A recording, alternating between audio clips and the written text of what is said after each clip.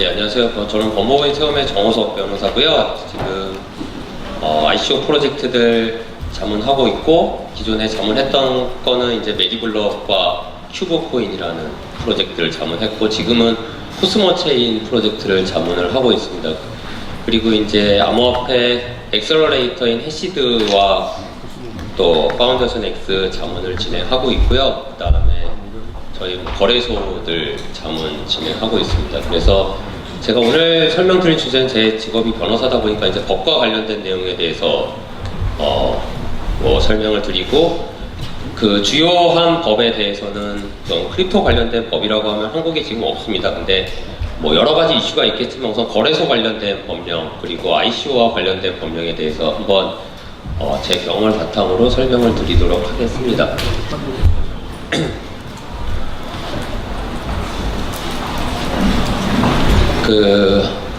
사실 이제 규제 정부에서 이제 암호화폐 가상화폐 TF라는 명칭을 쓰는데, 가상화폐 TF가 9월 1일부터 본격적으로 이제 정보 발침을 발표하기 시작을 했습니다. 이제 9월 1일 발표를 기억하시는지 모르겠는데, 유사수신행위나 사기 등의 이제 문제에 대해서는 뭐 단호하게 대처하겠다. 그리고 그 거래소와 관련된 각종 이슈에 대해서는 자율 규제 방침을 마련하겠다라는 입장을 발표를 했었고요.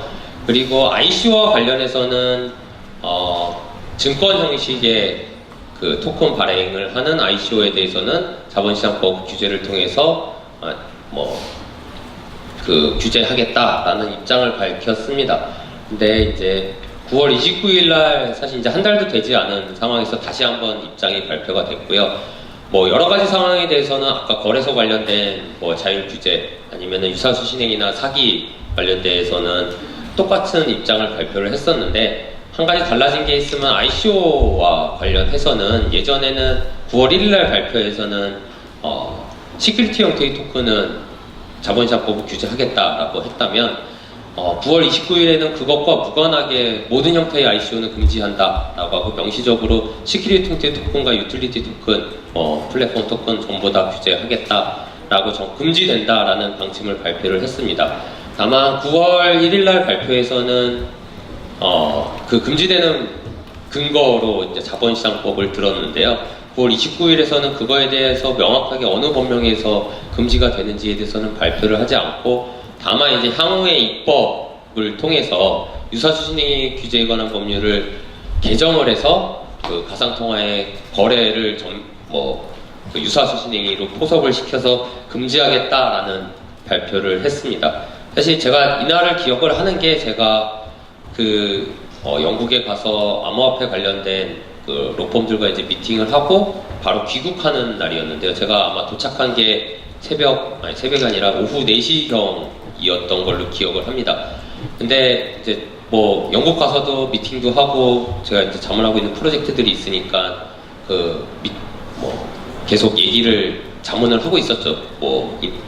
그 노트북을 가져가서 열심히 일을 하고 있었는데, 제가 그 공항에 도착해서 핸드폰을 켜보니까 정말 엄청난 폭탄 메시지들이 막 나오는 거예요. 그래서 이게 뭔가 하고 봤더니 9월 29일 날 이제 발표가, 정부에서 ICO 전면 금지에 대해서 한국뿐만 아니라 이제 해외 여러 투자자들이라든지 이런 데 문의를 받아서 저한테 이제 이게 어떻게 된 거냐, 진짜 이게 금지되는 게 맞냐, 어떤 법령에 따라서 그럼 처벌은 어떻게 되냐, 이런 내용으로 문의가 왔었습니다.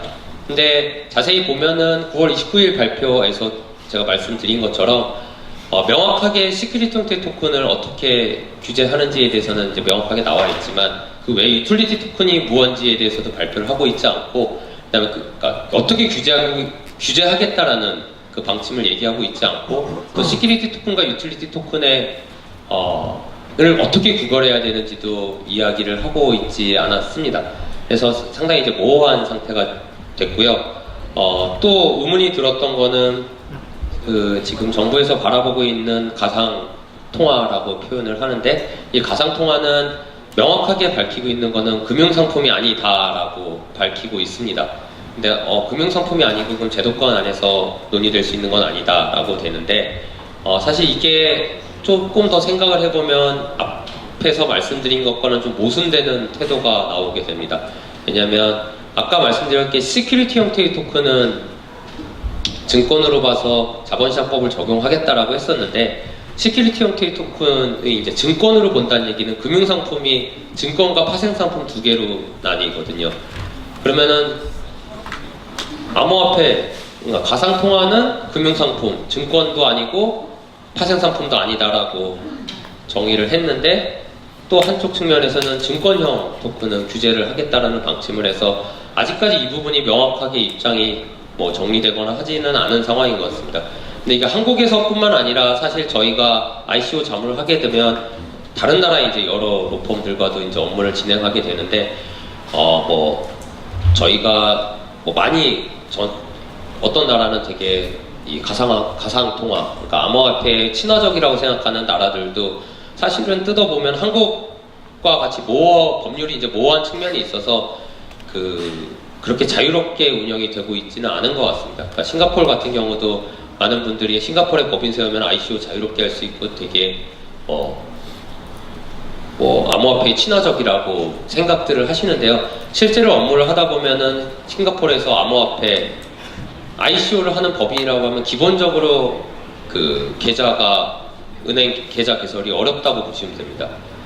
그러니까 실제로 은행 계좌 개설 없이 사업을 하는 게 얼마나 어려울지도 생각을 해보셔야 되는데, 그런 부분에서 이게 실제 저희가 체감하는 거랑 그 다음에 사람들한테 듣는 거랑은 다르다라는 거고, 그 다음에 또 그 사이에 이제 12월 달에 굉장히 많은 발표가 있습니다. 사실 이 9월 달 발표 날 때까지만 해도 이제 중국에서 거래소를 전면 다 폐쇄하겠다 이런 방침이 있어서 이 가상통화의 가격이 이렇게 막 급등하고 이런 시기는 아니었거든요. 그래서 어느 정도 이제 진정되고 있는 시기였는데, 이제 11월 말, 12월 달에 잘 경험하셨던 그 이제 폭등 랠리가 시작을 합니다. 1월 초까지로 기억을 하는데, 그 과정에서 이제 정부에서 이제 여러 가지 이제 방침을 세웠고, 또 예전에는 이제 금융위가 주축이 되었던 가상통화 TF가 주축이 돼서 이제 운영이 되었다라 그러면 이제 법무부 쪽으로 이전이 돼서 여러 가지 이제 방침, 거래소 폐쇄 방침이라든지 여러 가지 이제 방침을 내놓았습니다. 그와 관련해서 지금 현재까지 이제 나와 있는 명시적인 가상통화 관련된 규제는 이거 하나인데요. 가상통화 관련 자금 세탁 방지 가이드라인을 발표를 하고 시행을 했습니다. 근데 이것도 하나 좀 약간 반쪽 어떻게 보면 불완전한 상태로 규제가 시행된 게, 이 지금 자금 세탁 방지 가이드라인이 가상통화 취급업자, 그러니까 ICO를 하는 법인이라던가 거래소를 하는 법인에 대해서 적용이 되는 게 아니라 금융기관에 대해서 적용을 하는 법률입니다. 그러니까 가상통화 취급업자에 대해서 인식을 여러 가지 이제 자금 세탁을 방지하기 위해서 고객을 확인해야 될 의무를 부여한다던가 여러 가지 의무를 부여하고, 가상통화 취급업자로 인식이 될 경우에는 여러 가지 내용을 준수하고 있는지, 그 준수하고 있지 않으면 계좌 개설을 폐쇄한다든지 여러 가지 조치를 취하도록 하고 있습니다. 정부 방침과 관련해서는 요것들이 있는데, 지금 ICO 관련된 그런 직접적인 법령이 뭐가 있냐? 그럼 한국에서는 명확하게 없습니다. 좀 혼동을 일으킬 수 있는 게 전자화폐라는 개념을 가지고 있는데, 이건 선불 지급 수단, 그러니까 어느 그 요건이 있습니다. 그건 전자금융거래법에서 나와 있는 요건을 충족하는 전자화폐는 관련된 법령은 있는데, 아직 암호화폐에 관련된 직접적인 법령은 존재하지 않습니다. 지금 여러 의원실에서 개정안을 준비 중이고, 또 입법, 블록체인 산업진흥법이라든지 아니면 전자금융거래법의 개정안이라든지 여러 가지 법령을 준비 중인 걸로 알고 있는데요. 사실 2월까지는 굉장히 좀 활발하게 그 입법을 준비하다가 지금은 여러 곳에서 준비하고 있지만 실제로 발의를 하고 있는 곳은 없는 걸로 저는 파악을 하고 있습니다. 그러면 직접적인 법령은 존재하지 않으니까는 이거는 모든 행위가 다 허용되겠구나 라고 볼 수는 없고요. 블록체인이 제가 생각하기에는 어떤 이 세상을 번역할 새로운 수단인 거는 맞는데, 그것도 여러 가지 IT 분야의 한 분야라고 생각을 됩니다. 근데 우리가 IT 관련 사업을 한다고 하면 당연히 어떤 기존의 이제 법률들을 지켜야 되잖아요. 우버가 처음에 이제 공유 경제를 내세우면서 한국에 들어왔을 때도 그 여객 자동차 운수 사업법이라는 한국의 이제 기존 법령에 적용을 받았고 그거에 이제 위반된다고 봐서 결국 서비스를 이제 중단하게 되는 것처럼 한국에서 이제 이미 제정되어 있는 여러 가지 법령들을 지켜야 됩니다. 근데 가장 주요하게 제가 뭐 자문을 하면서 가장 신경 쓰는 법령은 우선 사기랑 특경 경제 범죄 가중처벌 등에 관한 법률입니다. 그냥 쉽게 생각해서 사기고 이거는 피해 금액에 따라서 나눠지는 건데요.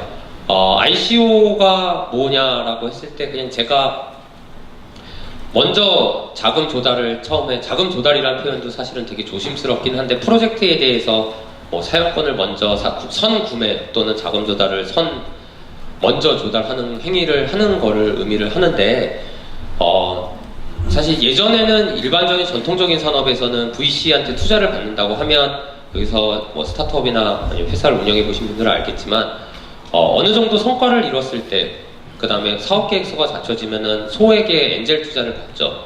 그 다음에 어느 정도 성과를 보이면 시리즈 A 투자를 받고 그 다음에 그 뒤에 이제 또 목표치를 이루면 시리즈 B 투자를 받고 그 다음에 시리즈 C 투자를 받는 이런 단계적인 구조 절차를 거쳤습니다. 그 과정에서도 이제 대부분은 기관 투자자들, 전문가들로부터 투자를 받기 때문에 전문적인 심사를 거쳐서 사업이 실패한다고 해도 이 프로젝트에 대해서 실제로는 열심히 하려다가 실패하는 프로젝트들 많잖아요. 실제로 제가 스타트업 자문을 굉장히 많이 하는데 성공한 프로젝트들은 옆에서 많이 보이지만 전체적으로 봤을 때 90% 이상의 프로젝트는 사업은 실패하기 마련인 것 같습니다. 열심히 하고 아무리 사업성이 좋다고 하더라도 그 팀 실행력이 부족하면 실패를 하는 거고 경쟁자 때문에 실패를 하기도 하고 법령 때문에 실패를 하기도 하고 근데 그런 프로젝트들이 다 사기가 되기는 어렵습니다. 왜냐면 열심히 하다 노력한 거를 가지고 결과 책임을 한국에서는 묻지 않거든요. 계약상 연대보증이나 이런 걸 하는 경우를 제외하곤. 근데 지금 ICO 같은 경우에는 대부분의 프로젝트들, 그러니까 리버스 ICO로 해서 이미 많은 것들을 갖추고 있는 경우를 제외하고는 실제로 아무것도 구현해 놓지 않은 상황에서 ICO를 하고 거액의 자금을 조달하는 경우가 많습니다. 뭐 작년까지만 해도 100억, 200억이면 꽤 큰 ICO로 불렸었는데 최근에는 이제 한국에서도 이제 몇백억, 500억 이상 되는 프로젝트들이 계속 나오는 걸로 봐서 금액들이 굉장히 큰 프로젝트가 나오는데 저도 이제 실제로 경험을 한 건데 그런 프로젝트들이 저에게 이제 뭐 자문 이런 요청이 올 거잖아요. 그럼 이제 저희도 이제 KYC를 합니다. 여기는 어떤 팀들이 있고 어떻게 백서를 꾸미고 있고 어떤 노력을 하고 있는지를 보면 실제로 개발 인력이 한 명도 없는데 500억 자금을 모집하겠다라고 백서를 써온 팀이 있어요. 그러면 저는 그 프로젝트 자문하는 거를 거절을 했는데 그 이유는 어떤 프로젝트든지 간에 정말 훌륭한 사람들이 아무리 열심히 해도 실패할 확률은 높은 것 같아요. 근데 이게 나중에 실패를 했을 때 여러 다수의 사람들한테 자금 조달을 했는데 그 실패하고 나서 그 사람들이 이 프로젝트는 원래 그만한 가치도 없었고 이걸 할 의사와 능력도 없는 팀이 돈만 많이 모은 거다, 사기다 라고 고소를 했을 때 과연 그거를 방어할 수 있느냐. 개발자가 한 명도 없는 프로젝트가 500억 원을 자금 조달하는 게 과연 맞는 것인가. 자금 있으면 다 되는 거 아니에요. 그게 아니라 500억을 모을 거였으면 사실은 VC한테 500억 모을 거면 뭐 잘 아시겠지만 굉장히 큰 유니콘 직전 단계의 스타트업들이 500억을 모을 수 있는 거거든요. 그런 프로젝트들을 우리가 같이 하겠다라고 개발자 몇 명을 같이 합류를 시키지 못하거나 아니면 심지어 요즘에는 백서를 대신 써주는 전문가도 굉장히 몸값이 높다고 하는데 대신 써주는 프로젝트를 백서도 자기가 쓰지 못하는 팀이 몇백억을 모을 과연 나중에 실제로 실패했을 때 사기나 이런 문제가 안 될지 상당히 의문입니다. 그래서 이 부분에 대해서는 굉장히 저희도 조심해서 자문을 진행을 하고 있고요. 실제로 저희가 자문하고 있는 팀은 제가 그 모든 팀들에 대해서 속을 들어갔다 온 거 아니니까 이 사람들이 정말 괜찮은지 안 괜찮은지는 모르지만 최소한 끝까지 실행하려는 의지와 능력은 갖고 있다라고 생각한 이제 프로젝트들인데, 만약에 그 프로젝트들이 실패했을 때 제가 하는 역할은 실패했을 때 억울하게 사기의 죄를, 그러니까 그 처벌을 받지 않도록, 그러니까 백서나 이런 부분에 대해서 준비해야 될 것들을 충분히 준비할 수 있도록 자문하는 게 제 역할이라고 생각을 합니다. 그다음에 한국에서 가장 사실 이제 여지껏 ICO 하면서 뭐 원코인도 있었고 많은 ICO 프로젝트들이 이제 불법으로 돼서 이제 기소가 되는 건들이 있는데, 그 사기 또는 이 유사수신의 규제에 관한 법률 위반으로 처벌을 받습니다. 사실 이 법률은 저희 뭐 회사 이제 미국 변호사님이랑 얘기를 해봤는데, 그 변호사님은 굉장히 낯설어 하더라고요. 어떻게 이게 좀 신기한 법인 것 같다. 원금 보장하면 처벌을 받는다? 라는 게 좀 신기한 것 같다라고 하는데, 그냥 가볍게 유사수신에 관한 규제에 관한 법률은 아마 이 암호화폐 업무를 하시거나 아니면 관심 있으신 분들은 미디어에서 이해가 계속 나오니까 이게 뭐 무슨 법인지 들어는 보셨을 거예요. 근데 이 의미가 뭐냐면 법령에서 정한 경우를 제외하고는 원금 보장이나 아니면 수익률 보장을 행위를 하는 것을 금지하고 있습니다. 그러니까 어떤 코인이 ICO를 하면서 이거는 1년 내 50% 보장 이런 내용 쓰면 이거는 무조건 스캠이구나, 이건 한국법을 무시하는 프로젝트다라고 생각을 하시면 됩니다. 이거는 뭐 예금 같은 경우에도 5천만 원까지 보장되고 이렇게 예외적으로 법에서 정한 경우를 빼고는 지금 한국에서는 금지되고 있습니다. 뭐 ICO 자문하면서도 이러한 부분에 대해서 뭐 원금 보장 이런 명시적인 단어를 쓰지 않더라도 그런 거를 뉘앙스를 비추거나 이런 것들을 하지 않도록 하기 위해 자문을 진행을 하고 있고요. 그 다음에 또 저희가 신경 써서 보는 법 중에 하나 이제 자본시장법입니다. 아까 전에 말씀드린 것처럼 정부에서는 이 ICO에 대해서 굉장히 부정적인 입장을 가지고 있기 때문에 ICO 자체에 대해서 한국에서 뭐 진행하는 거에서 법적 리스크가 없냐라고 하면은 전혀 없을 수 없다라는 말씀을 드립니다. 뭐 사기나 아니면 아까 유사수신의 규제에 관한 법령, 그다음에 자본시장법에 따라서 이게 증권이냐 아니냐 이런 것들을 검토하더라도 전혀 없을 수는 없는데, 그 중에서 가장 좀 크리티컬하게 보는 게 아까 사기와 이 자본시장법인데요. 왜냐하면 자본시장법상 시큐리티 토큰, 그러니까 증권인 경우에는 자본시장법 위반이 명확합니다. 그 50인, 그러니까 ICO를 이제 그러니까 IPO랑 많이 생각을 하는데, 그러니까 상장이랑 ICO랑 구분된 개념이잖아요. 저희가 뭐 옆에서 이제 ICO 하는 것들 보면 뭐 언제 상장돼요? ICO 참여하면서도 그런 질문 상당히 많이 하시는데, 그러니까 IPO는 어떻게 보면 여러 그 거래소에 이제 상장하는 행위를 하는데, 사실 ICO는 법률적으로는 기존 증권시장에서 공모 행위와 유사합니다. 그러니까 불특정 다수 뭐 50인으로 하는데, 이 투자 상품을 이제 권유해가지고 이제 판매를 하는 행위를 의미를 하는데, 이게 증권인 경우에는 이 자본시장법이 바로 적용이 됩니다. 그러면은 이게 증권인 경우에는 자본시장법이 적용되는데, 아까 말씀드린 것처럼 증권이 아닌 경우에는 명시적으로 한국 법상 적용될 수 있는 법이 없습니다. 아무리 한국이 법치국가잖아요.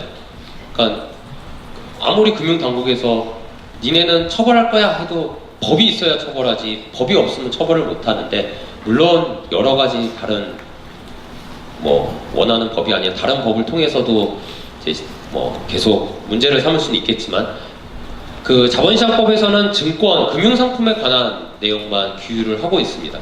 그래서 증권이냐 증권이 아니냐, 저희가 프로젝트를 할 때 사실 자문을 하기 전에 이게 유틸리티 토큰이냐 유틸리티 토큰이 아니냐를 먼저 검토를 하고요.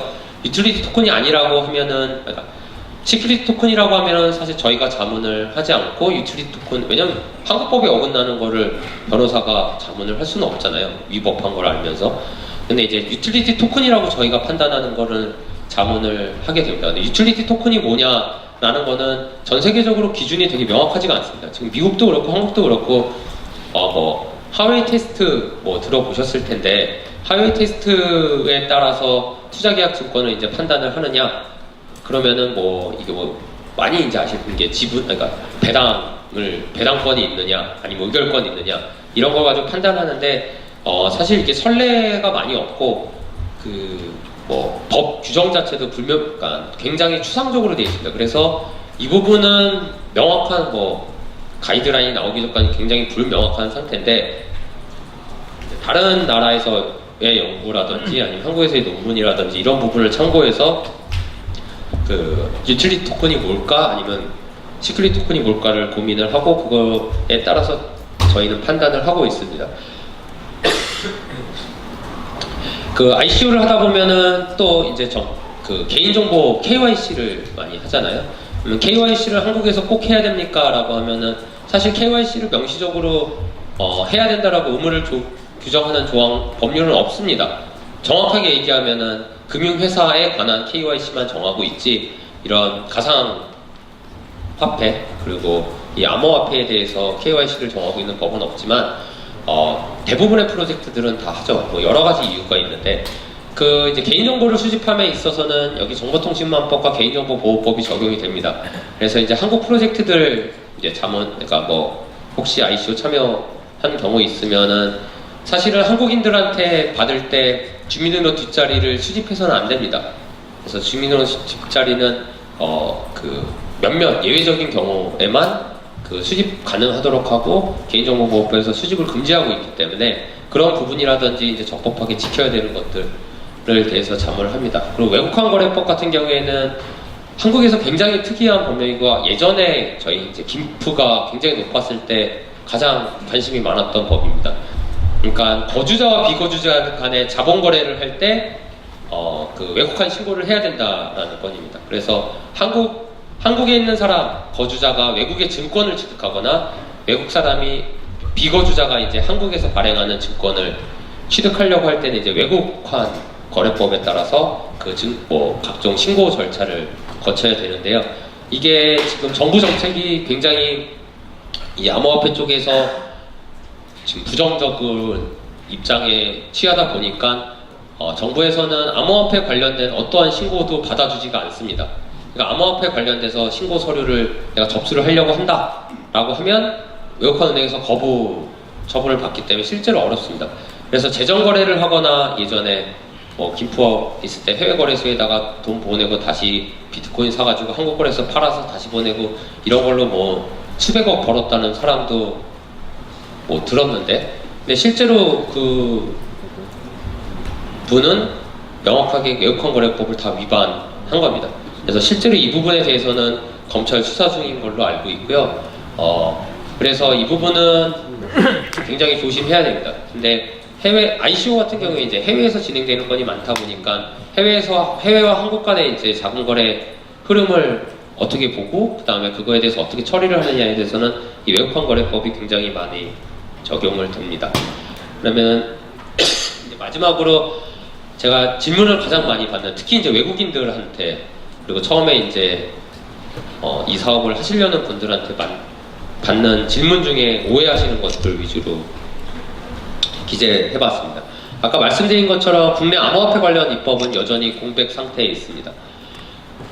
그러면 이제 한국인을 대상으로 한 ICO는 전면 금지되어 있나? 왜냐면 아까 전에 말씀 9월 29일 발표 그리고 12월에 있었던 두 차례의 발표 모두 ICO는 전면 금지됨이라고 기사가 나갔고 보도자료를 통해서 기사가 나갔고 그 기사가 그대로 해외 언론들을 통해서 전 세계로 퍼졌습니다.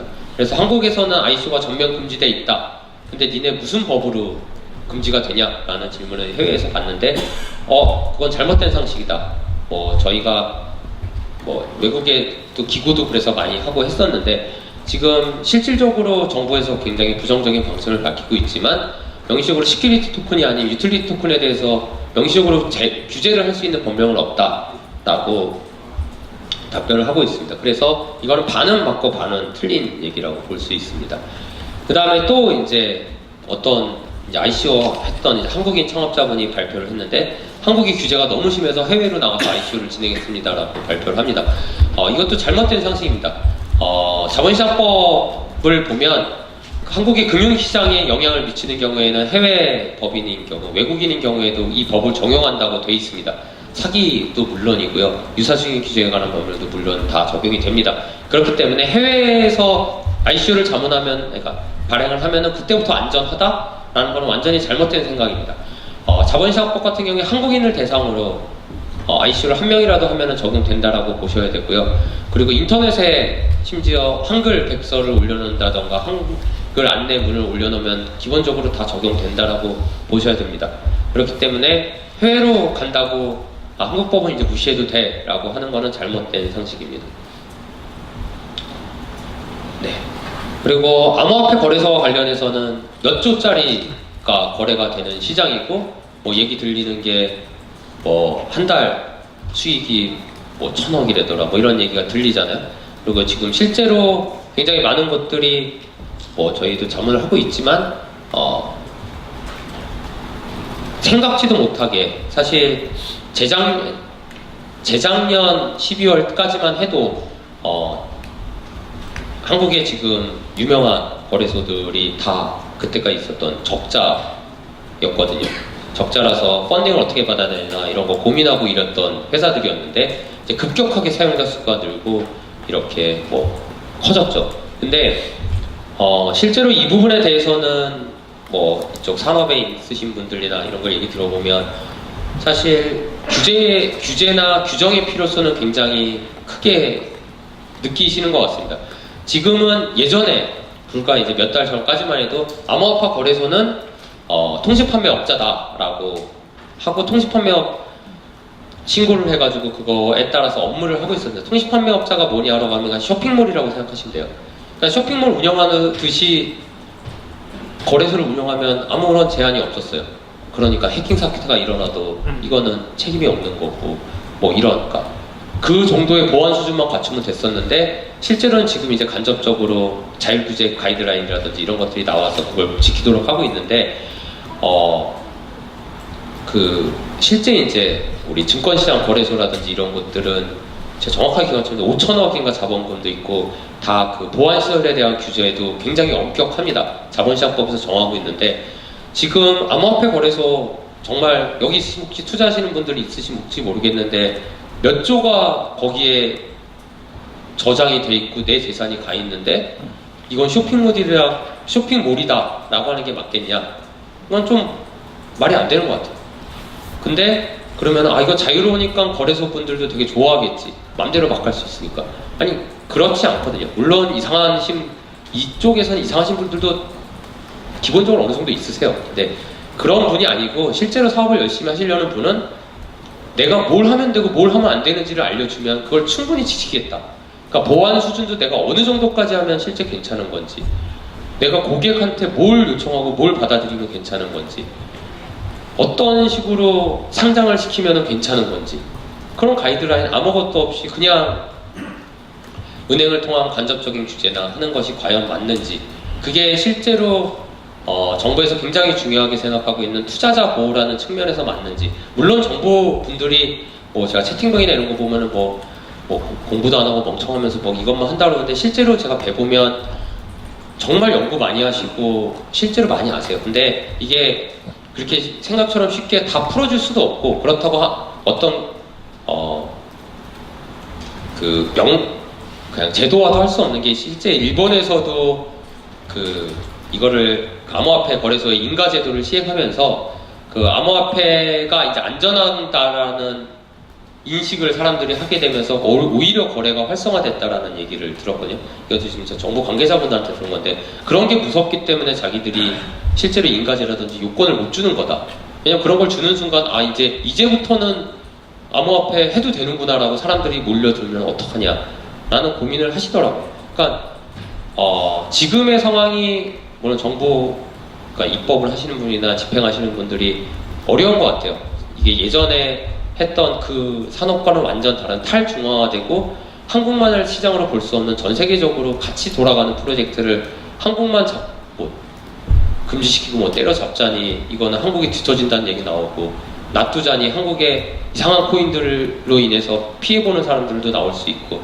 그렇지만 암호화폐 거래소와 관련돼서는 단순히 금지시키자, 규제하자 이런 차원이 아니라 여기서 거래하는 사람들의 이 보호를 위해서라도 어느 정도의 가이드라인이라든지 지켜야 될 준수사항은 빨리 마련되는 게 바람직하지 않나 싶습니다. 네, 한국의 규제 현황에 대해서 말씀을 드렸고요. 네, 이렇게 한국의 그 현황에 대해서 말씀해 주셨는데 혹시 질문이 있으신가요? 네, 질문 먼저 받고 하도록 하겠습니다. 네, 감사합니다. 발표 잘 들었고요. 발표해주신 내용 중에서 한 가지 궁금한 점은 이 자금 세탁 방지법에 대한 걸 좀 여쭤보고 싶어요. 네. 말씀해주신 대로 한국에는 이 암호화폐 시장에 대한 이 규제안이 지금 정확하게는 없지만 이 자금 세탁 방지는 사실 은행들에서 규정하는 게 있지 않습니까? 근데 제가 생각할 때는 암호화폐 시장은 익명성이 어느 정도 있기 때문에 사실 자금 세탁 방지에 대한 좀 차별적인 규정이 필요할 것 같고요.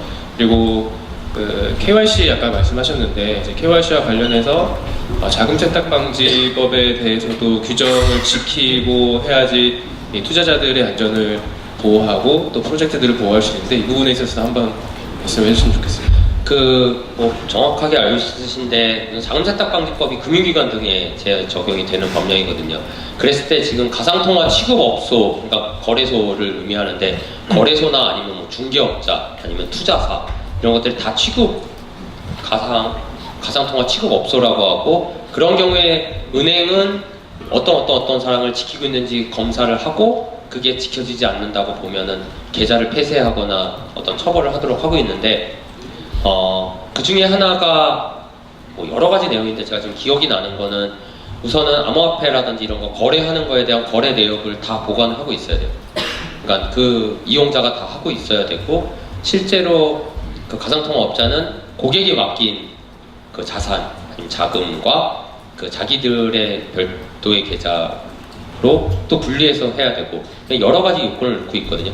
근데 말씀하신 것처럼 익명성이 암호화폐는 되게 보장되는 라고 볼 수도 있는데, 저는 오히려 보장이 안 되기 때문에 그런 이제 오히려 익명성을 갖추도록 하는 코인들도 나오고, 왜냐면 저희가 그러니까 지갑 주소만 알면은 그 사람의 거래 내역을 전부 확인할 수가 있잖아요.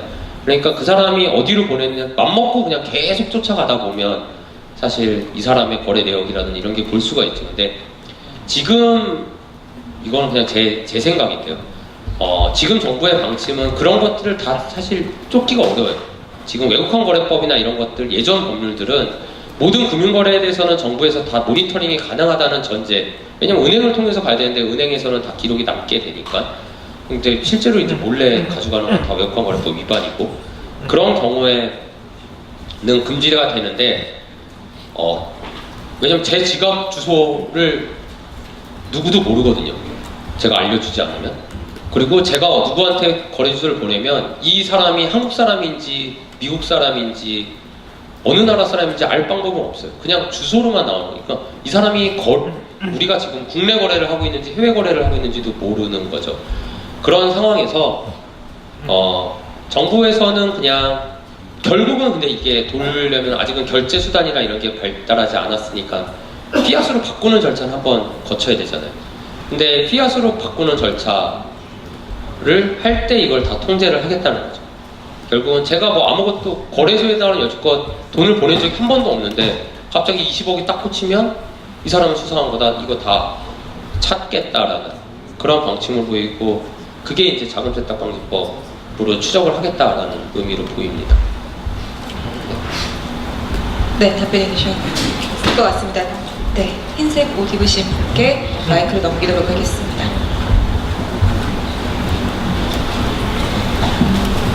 예, 발표 감사합니다. 말씀 잘 들었고요.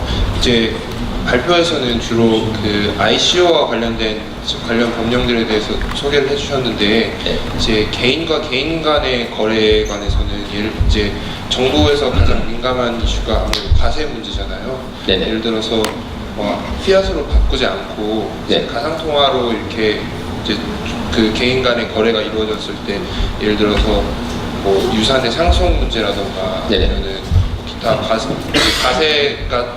문제가 적용될 수 있는 거래 같은 경우는 그렇게 피아스로 바꾸지 않으면 그런 그 세무 이슈로부터 자유로울 수 있는지, 그리고 그 아까 전에 이제 다른 분 질문에 대해서 답변해 주셨을 때 이제 그 거래를 직접 추적하기는 어려우니까 이걸 피아트로 바꿀 때 이제 관련 법령을 정부에서 적용할 것을 시도한다고 이제 의견을 표력해 주셨는데, 그러면 그 말은 이제 피아트로 바꾸기 전에는 이제 뭐 형법이라던가 기타 법률 이슈에서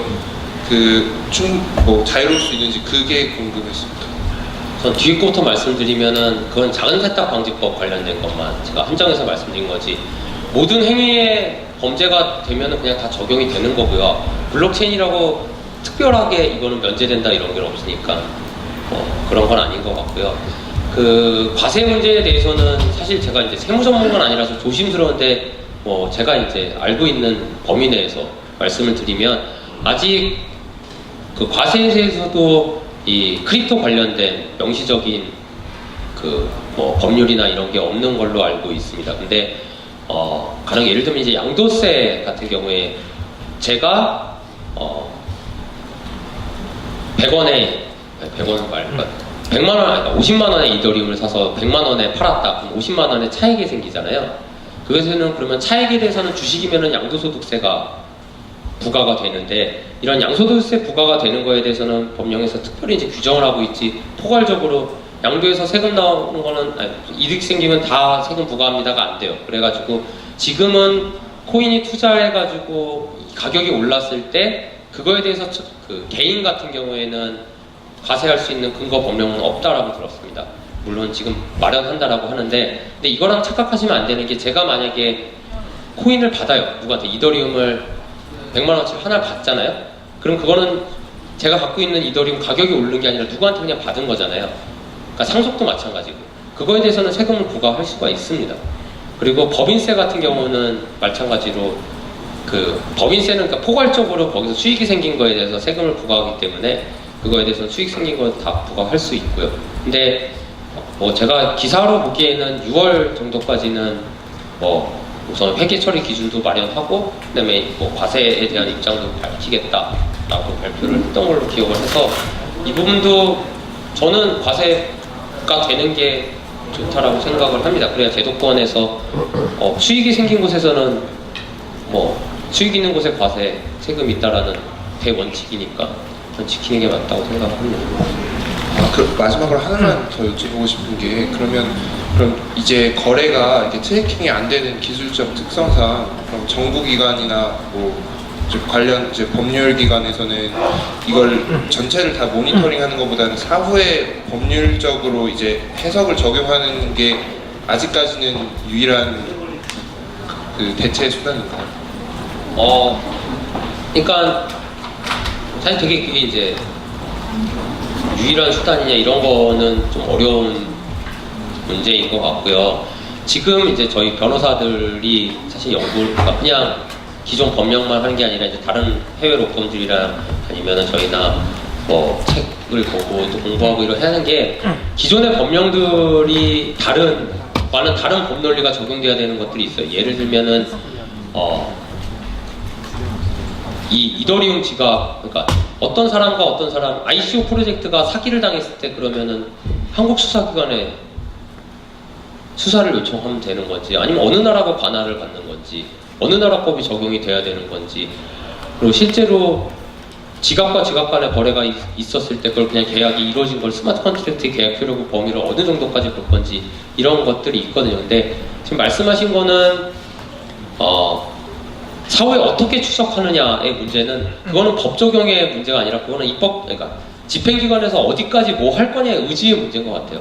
그거는 그 나라마다 아니면 정부 기관마다 입장은 다를 거고요. 근데 지금 이 블록체인이라는 거는 전 세계가 없는 거잖아요. ICO도 저는 굉장히 긍정적으로 보는 게, 아니 무슨 한국 프로젝트가 몇백억을 모아 100억 요즘 그런 프로젝트가 어디 있었다고, 이건 되게 사기 아니야, 문제 삼을 수도 있는 것 같아요. 그런 측면도 분명히 있는데, 다른 하나의 측면을 보면 예전부터 실리콘밸리는 그 정도 펀딩을 시리즈 A, B부터 받았어요.